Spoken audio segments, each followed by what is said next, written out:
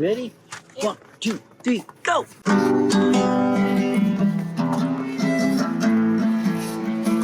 Well, I'm happy.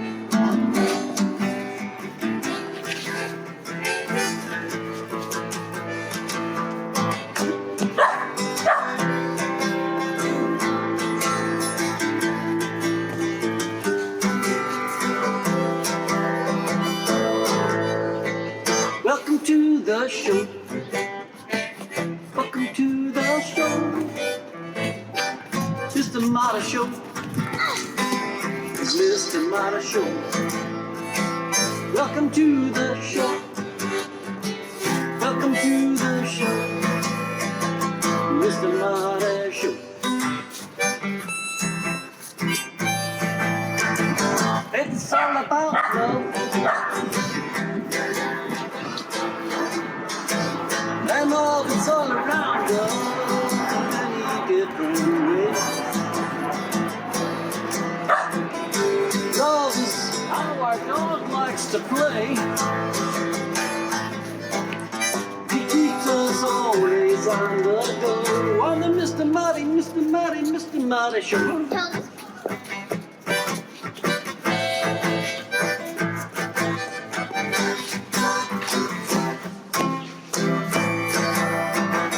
I'm the Mr. Marty Show. I'm the Mr. Marty Show. I'm the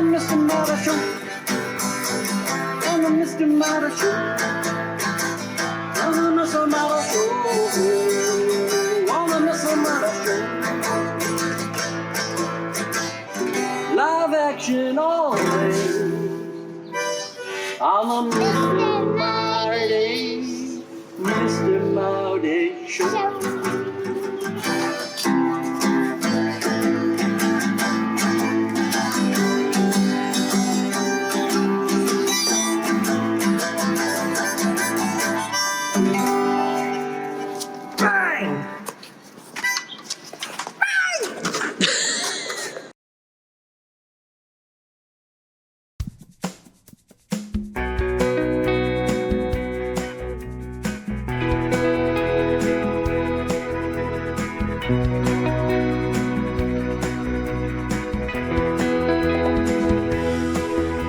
I'll take your temperature if you take mine.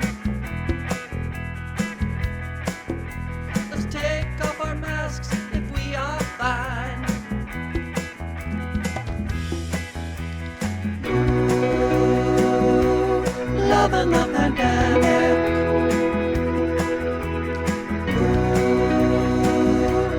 loving the pandemic. I want to kiss you, but where have you been? I'll just blow a kiss from 6 feet then. Ooh, loving the pandemic. Ooh, loving the pandemic. I'm warm all over and my throat feels dry. Am I in love or am I gonna die? Ooh, loving the pandemic. Ooh, loving the pandemic. I know it sounds crazy, but here it goes.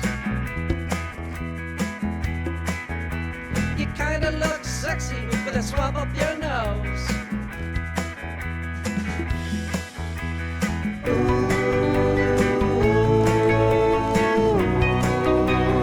loving the pandemic. Ooh,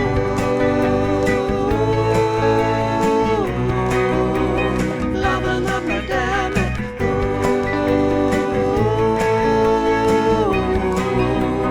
loving the pandemic. Ooh,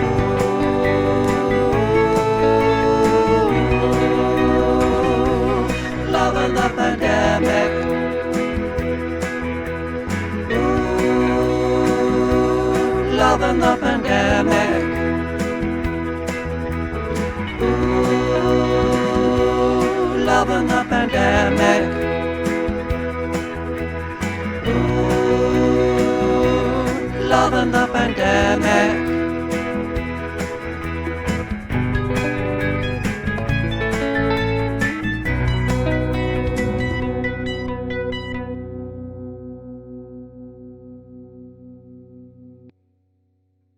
Hello, Polly Chase here. This Valentine's Day, give someone the gift of art, and Marty will give you the gift of music. Now through February 20th, purchase $75 or more on Marty's website, and he will send you a free copy of the Miss Rax Zoo CD. That's right, it's fun and easy.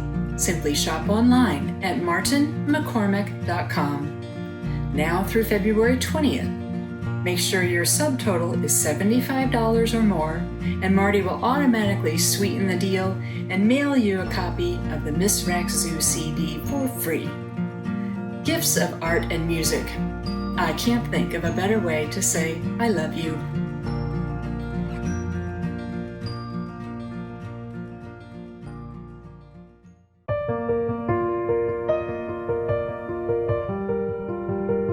Mr. Marty fans, Ma Gilmore here. We're talking about the different aspects of love. Now, as we all know, the passion of love that you get when you're a teenager, it doesn't last. It never should last. But what you get when you've been married almost 50 years is more than that passion of love. It's finding a journey that both of you can go on. And there's ups and downs, and there's hills and valleys. There's good times and there's bad times. But it's that journey that winds around mountains. It goes into the valleys and the lakes. And it's never in a straight line, ever. Now, what I learned from love were from several different people that were around me. Not my mom and dad or my other grandparents, but from my mom's mother and father, Nana and Papa, to me. They had this wonderful, wonderful restaurant and bar and a hotel, and then it also had a small theater with it in Chelsea, Oklahoma. Now, Chelsea was a small town, or now it's almost non-existent. But at that time, being near the railroads, it was building and it was growing. But then when the Depression came, they lost it all. I can't imagine how that must have felt. But they picked up what they could and they moved to Tulsa. And it took some thought on their part to settle in one of the poorest sections of Tulsa, Oklahoma. But in this section, there were still steel mills and there were ironworks, and they all needed one thing, a lunch at lunchtime. And so that's what my Nana and Papa built. They built this strong family home of a dinette that you could go and you could sit on the spinning wheels and just have fun talking to the workers. And Papa, who didn't have a very demonstrative side to him, when he said, "I love you," you knew you were loved. When he patted you on the back and said, "I love you, pumpkin," you knew that you were loved. And you could see the love that he had for his wife, Alpha. They had gone through so much raising these 4 children, and it was a struggle day to day, but they stayed together. And whenever she didn't have her teeth in, he would look at her and he'd say, "Oh, you're so pretty, but only if you had your teeth in, you would be beautiful." Well, she took that to heart and she wore her teeth. That was love, seeing that this pretty woman could be more beautiful in his eyes. Another person that I learned from was a neighbor, the Peltiers. And they were an older couple. We had older people around my block. But they had no children. They only had each other. And Mr. Pelche was a Navy person. He was funny. He told jokes all the time, and many of his jokes were the same ones he took from everyday life, and he told them over and over again. But Vina, his wife, she'd listen to the jokes and be interested in them, even though you knew she had heard them a million times in their lives. It was that listening, knowing that he was her best friend. Now, friendship is generally what you end up with in a 50-year-old marriage, but that's okay. It's been a journey, a time well spent, a throwing of a dart at a map and following it, going on a car ride and saying, turn left, turn right, never knowing when you're going, where you're going to end up or when you will stop. But that's what's the fun of love. That's what the big aspect of love. And the journey of love is a winding road with no end in sight. I bid you peace and know that there will be peace in this world. And I ask that you have that journey of love and keep friendship with it. Ma Gilmore here. I bid you peace.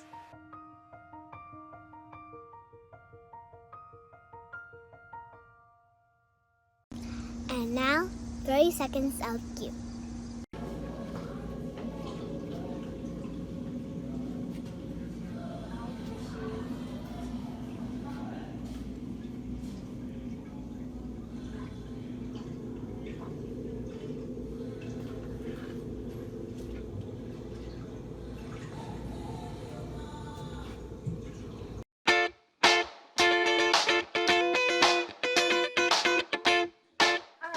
I'm Carol Brooke, and well, it's that time of year when we think about Valentine's Day and love. And one thing I always think about is Mexico, how it is not Valentine's Day and all about love, but it's the day of love and friendship, which is great because love really is bigger than just romantic love.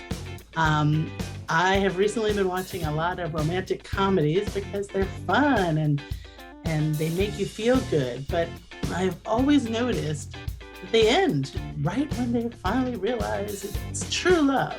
But they never show what happens after, which is where we all know it gets bumpy. So one thing I always thought about is what does happen ever after? And I guess I have a pretty cynical view because I wrote and made a short film called Kill Cinderella. It's on YouTube under my production company, Roller Loon Productions. But it's what happens to all the fairy tale ladies after, and well, they're not too happy about ever after. But love is bigger than romantic love. I love my kids so much, and the minute they're born, you feel that love. And there's a lot of science about any type of love. It really, it just covers your brain with these feel-good chemicals. And with romantic love, for the first 9 months, you literally feel like you're high on a drug, but a better drug than any real drugs. But after 9 months, it goes away because cave people days, there was a product of that love, and they better take care of that little baby. So instead of focusing on this person that you might not have seen all the red flags about, now you have to focus on the child too. But even besides, romance or non-romance or platonic love or love for your friends or love for your family, love is being there for someone and listening to them. And also sometimes knowing when to put some boundaries and walk away if it's toxic.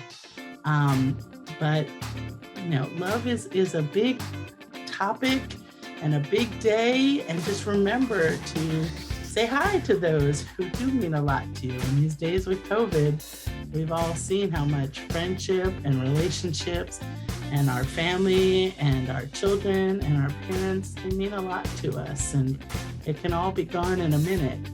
You just really wish you were there for them, and you're so appreciative when they're there for you.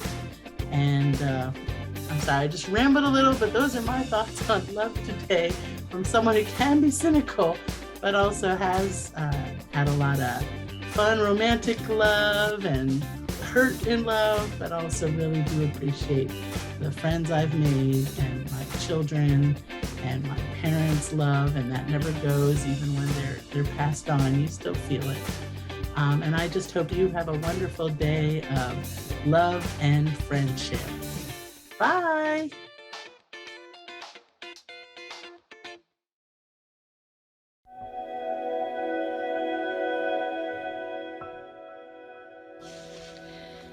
The morning began peacefully for this beautiful male king parrot. Alas, it was not to continue. Trouble was looming in paradise. He had just begun breakfast when a very angry female approached him. I'm guessing it was his partner. I have no idea why she was berating him. What could he have done or omitted to do?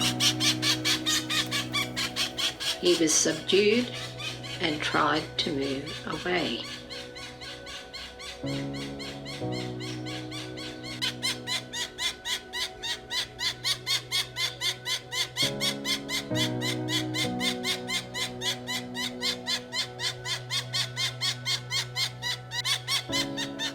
She did not give up and followed him, continuing to nag him.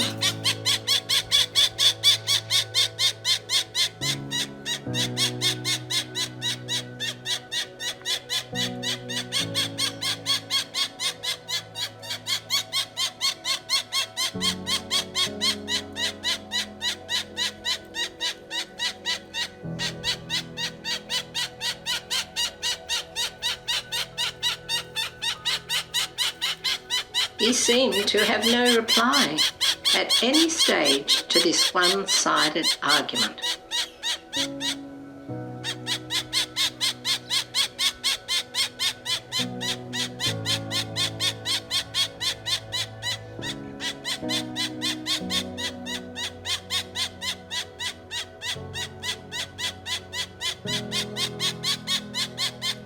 He looked quite defeated before eventually flying to the furthest corner of the garden with her still in hot pursuit.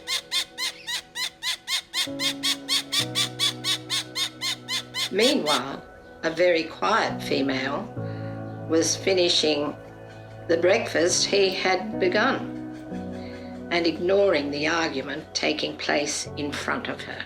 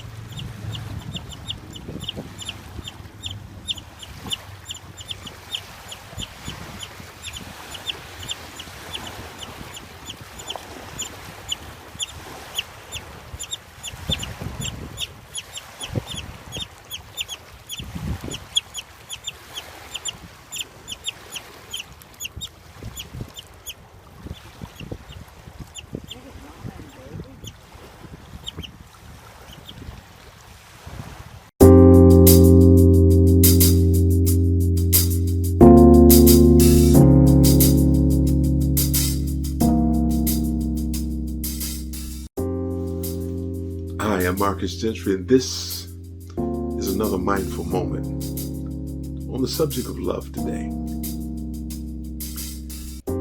When we change the way that we see the world that we see starts to change. How do you see the world? In order to see love in the world, in order to see beauty in the world, it has to come first from inside. Our heart needs to be filled with love. When we have love in our heart, then we can see love and beauty in other places. Sometimes we can't see that because the love that we would normally have in our heart has been choked out.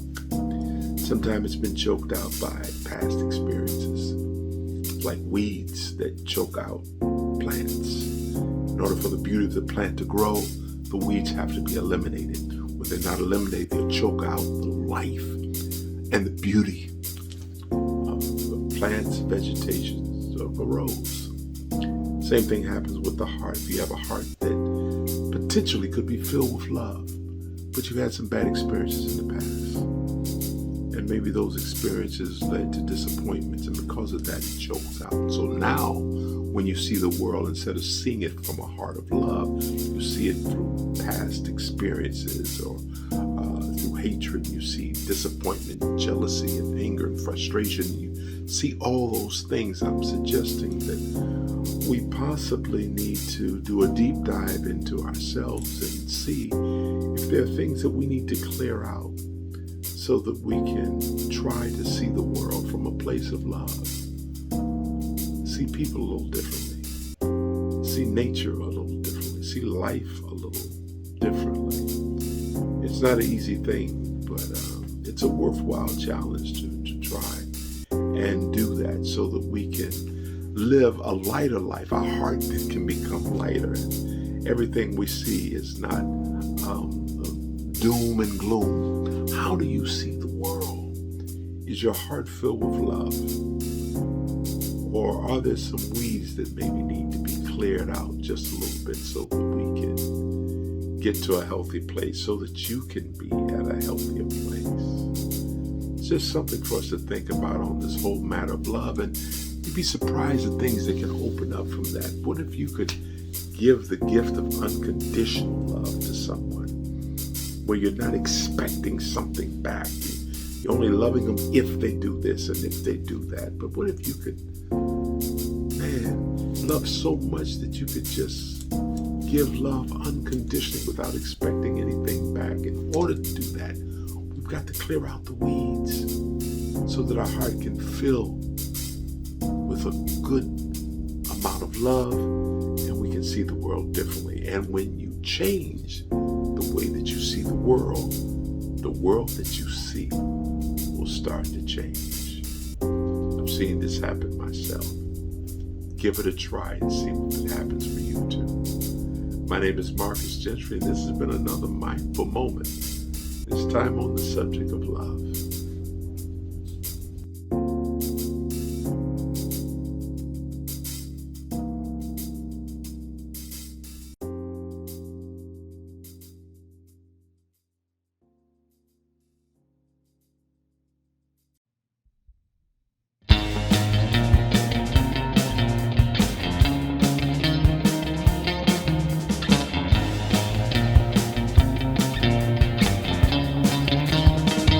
Don't say that word as some four-letter word. A school kid who just heard, no idea what he just heard. Wash out your mouth with soap if you talk that way around me. Look up what it means, a common word, how obscene. It litters the oceans, chokes the air, a virus of the insincere. No other word can hurt and maim than that four-letter word, that four-letter name. Need a new word for love. Don't say that word if you can prove that you can say it with authenticity, no duplicity. Better be written in blood, stake your very life upon it. If you think I will let you water what charlatans always mutter, we profess it to our God on high. Confess it when the hand is on the thigh. Tell people that they need it to survive. All we need a new word for love.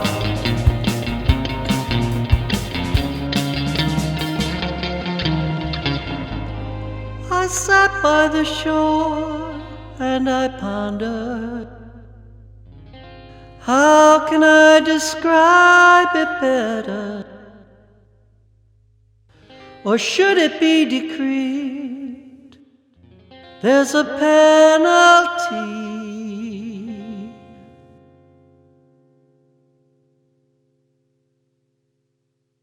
A penalty for carelessly using the word love. A penalty for carelessly using the word love.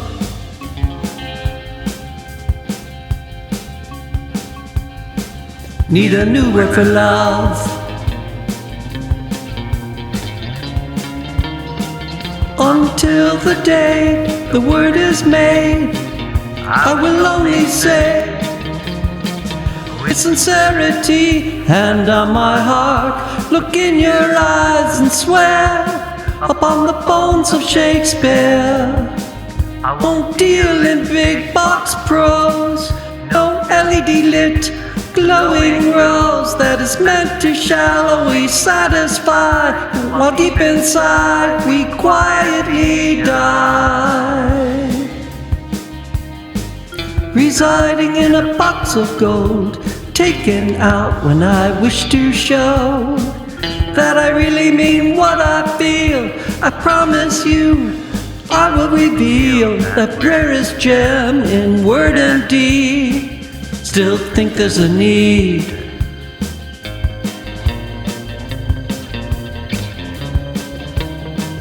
Need a new word for love.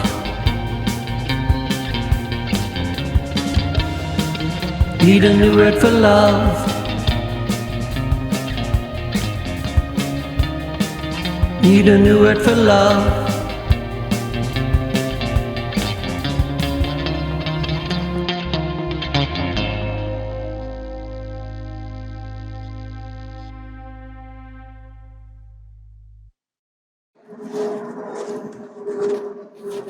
Thanks for watching the show.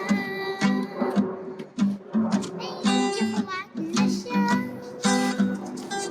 The Mr. Marty Show. Mr. Marty Show. Where it's all about love and how you love everybody. I guess it's what you care. Somebody like this dog, because I gotta get her bone and make it